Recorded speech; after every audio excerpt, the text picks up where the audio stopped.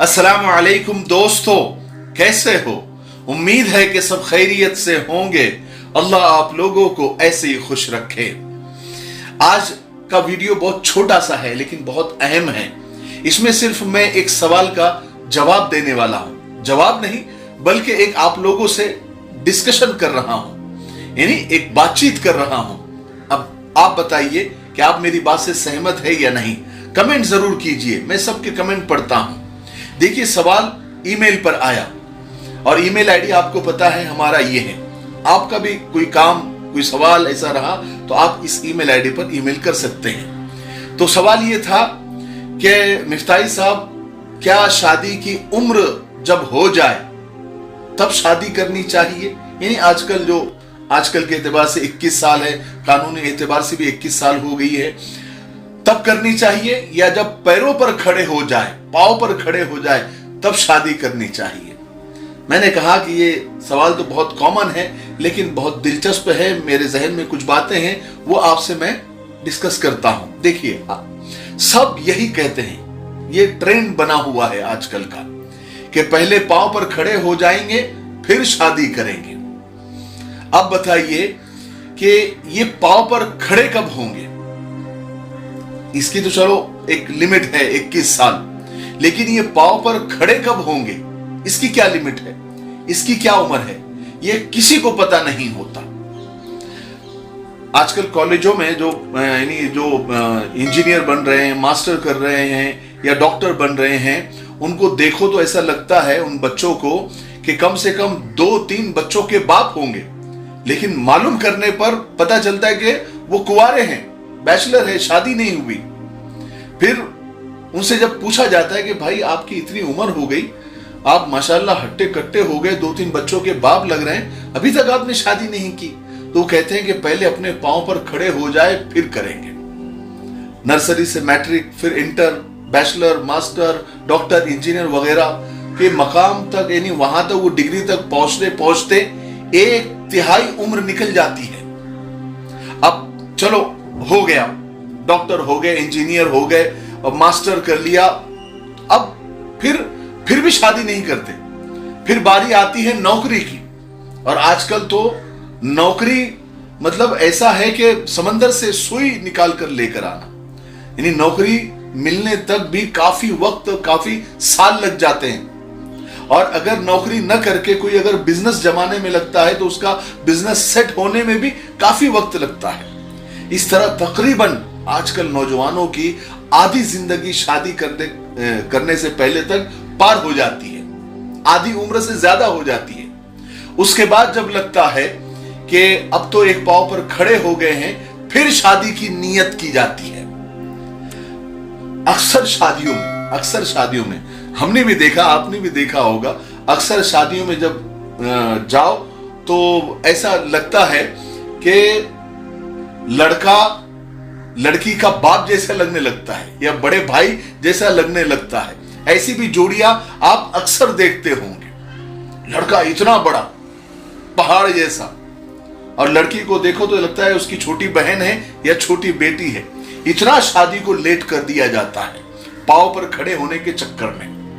तो मेरा ये कहना है, बल्कि मेरा एक सवाल है, क्या शादी के बाद पांव पर खड़े नहीं हो सकते?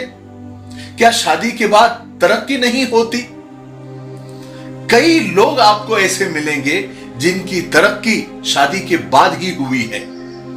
वो चमके हैं तो शादी के बाद ही, वो सेटल हुए हैं तो शादी के बाद ही।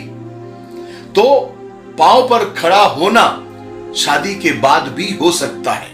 शादी को रुकावट समझना ये सही नहीं है, बल्कि शादी के बाद कामयाबी के, तरक्की के इम्कानात ज्यादा हो जाते हैं। और कहावत भी है, लोग बड़ा इसको बोलते रहते हैं कि हर आदमी के, हर मर्द की कामयाबी के पीछे एक औरत का हाथ होता है, यानी एक औरत का सपोर्ट होता है। और देखिए, घर में ऐसा होता है कि कई लोगों का हमारे घरों में आना जाना लगा रहता है, खाना पीना लगा रहता है, घर में भी बहुत सारे मेंबर रहते हैं। फिर सिर्फ एक औरत के आ जाने से क्या घर में फाके की नौबत आ जाएगी? क्या वो आने वाली एक औरत इतना खाती है या इतना आपका खर्च करवाती है? اب بہت سارے لوگ یہ کہتے ہیں کہ شادی میں بہت خرچہ ہوتا ہے. ارے بھائی تم فضول خرچی کرتے ہو, یہ تمہارا مسئلہ ہے, تم نے شادی کو مہنگا کر دیا ہے. ورنہ شادی میں آج کل شادی میں جتنا خرچ ہوتا ہے تو اتنی شادیوں میں تو یعنی جتنا خرچ ان شادیوں میں ہوتا ہے اتنے خرچ میں تو 4 بیویاں سنبھالی جا سکتی ہے, یا کم سے کم 2 بیویوں کا زندگی بھر کا خرچہ تو صرف شادی میں کر دیا جاتا ہے. تو یہ فضول خرچی یہ تو جائز بھی نہیں ہے, یہ تو بہت بڑی غلطی ہے کہ شادیوں کو مہنگا کر دیا گیا. اس لیے آج کل کا نوجوان زنا کی طرف زیادہ اس کا رجحان ہوتا جا رہا ہے, کیونکہ وہ سستی چیز ہو گئی اور نکاح مہنگا ہو گئے. تو جب عمر ہو جائے شادی کی, جب بندہ بالغ ہو جائے اور قانونی اعتبار سے جب اس کی عمر ہو جائے تو اس کی شادی فوراً کر دینی چاہیے. شادی کو ترقی میں رکاوٹ ہرگز نہیں سمجھنا چاہیے. شادی کے بعد ترقی ہوتی ہے. آپ یعنی دیکھ لیجئے, آپ لوگوں سے پوچھ لیجئے کہ آپ کی جو ترقی ہوئی وہ شادی سے پہلے ہوئی یا شادی کے بعد ہوئی, تو آپ کو پتا چلے گا کہ شادی کے بعد ہوئی.